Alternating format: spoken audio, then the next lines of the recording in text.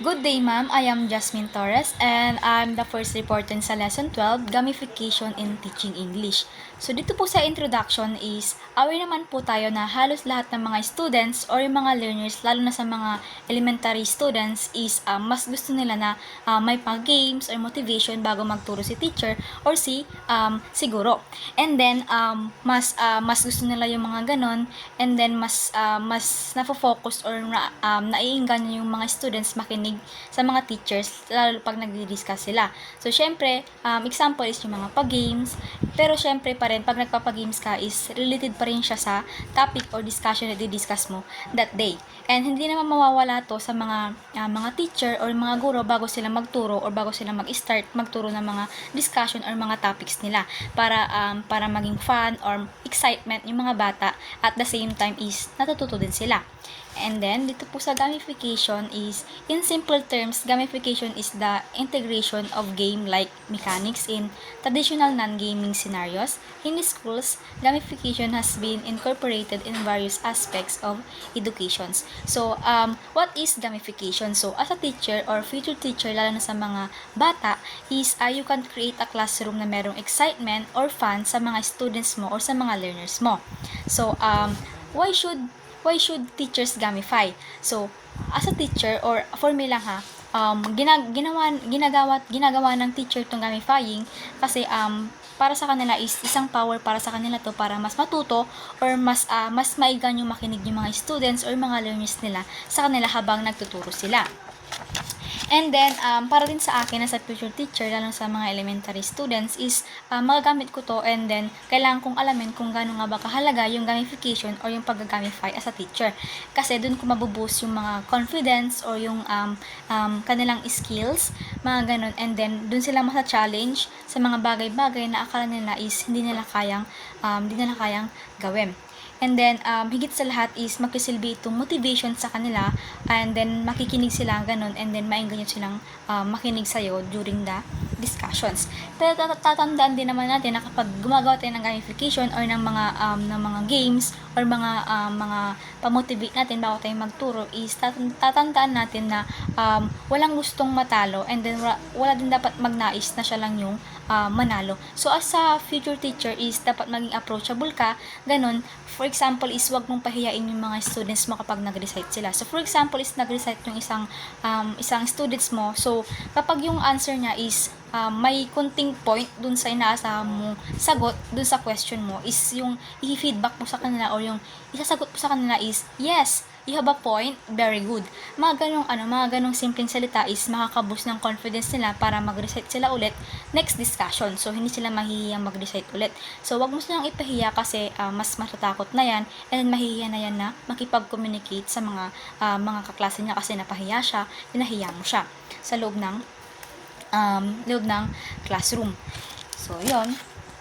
So, also gamifying is fun and magkisilbi itong excitement sa mga students or sa mga learners. Kumbaga dahil dito is mas na-boost nga yung confidence nila, and yung mga communication skills is mas mag-i-enhance, and nakaka-build sila ng positive relationship sa mga students kapwa nila students, or students between teacher or students to students. And then mas maka-challenge yung pagiging critical thinking and creative thinking ng isang bata kapag gumagawa tayo ng gamification or pa-motivation during the discussion or ng topics. Pwedeng magpa-game sa teacher ng mga games during or after or before the discussions. Pero related pa rin siya sa topic or discussion na di-discuss ni teacher at that day. So, there are 4 games elements that are at the core of gamification. So, first is the engagement. Games are naturally engaging. The most successful games are the ones that are really engaging to the players. So first is the engagement. So, first is engagement. Syempre kasi 'di ba, pag gumagamit tayo ng gamifying or mga motivation sa mga students natin is mas nai-engage silang makinig or mas nai-engage silang makipag-communicate or makipag-interact sa mga students or sa mga kapwa nila students. So, nagkakaroon ng interaction between students to students and teachers to teachers to students. And then, kapag gumagawa tayo ng gamification is, meron na silang idea or meron na silang konting idea dun sa main point na i-discuss mo that day or topic mo that day, kung ano yung i-discuss natin. And then, mainggan nyo silang makipag-communicate, mainggan nyo silang makinig, and mainggan nyo silang makipag-interact sa mga kapwa nila students. So, next naman po is the opportunities.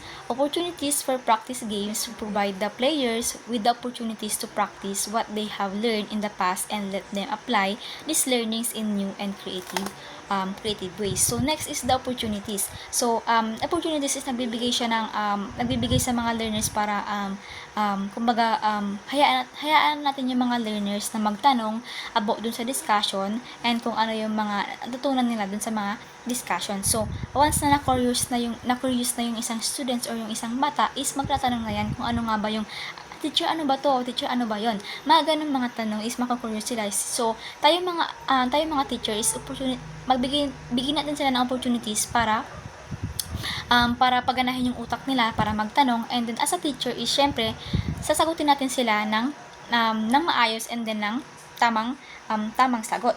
So, dito is malalaman mo kung naiintindihan ba talaga nila or nakakasunod ba talaga sila sa mga discussion or mga topics na dinidiscuss mo sa kanila. And dahil din dito is nahahayaan mo silang boost yung confidence nila or yung ipakita pa yung more skills or yung mga skills na hindi pa nila napapakita, and then pagiging creative thinking and critical thinking nila is mapapagana nila or kumbaga mag-excel pa yung pag-excel pa yung mga skills nila na hindi pa nila napapakita sa loob ng classroom.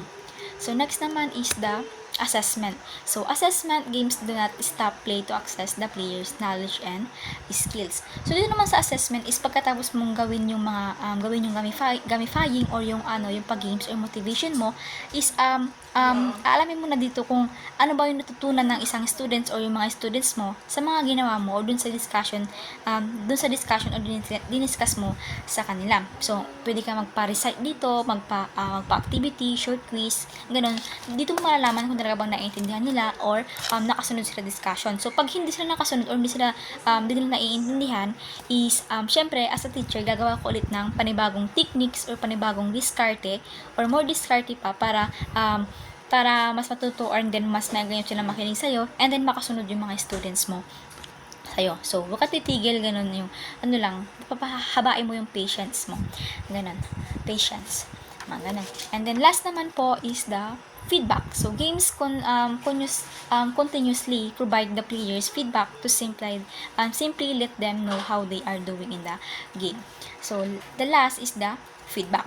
So, feedback is tatanggapin mo lang yung mga feedback or yung mga tanong ng mga students mo during the discussion or during the motivation na ginagawa mo or ginagawa ng isang teachers. So, dahil doon is mas pinapagana nila or mas yung utak nila, yung critical thinking nila kasi nga nakaka-curious sila kung bakit ganun or bakit ganito yung mga bagay-bagay is din sila nagtatanong ng mga bagay-bagay na kumbaga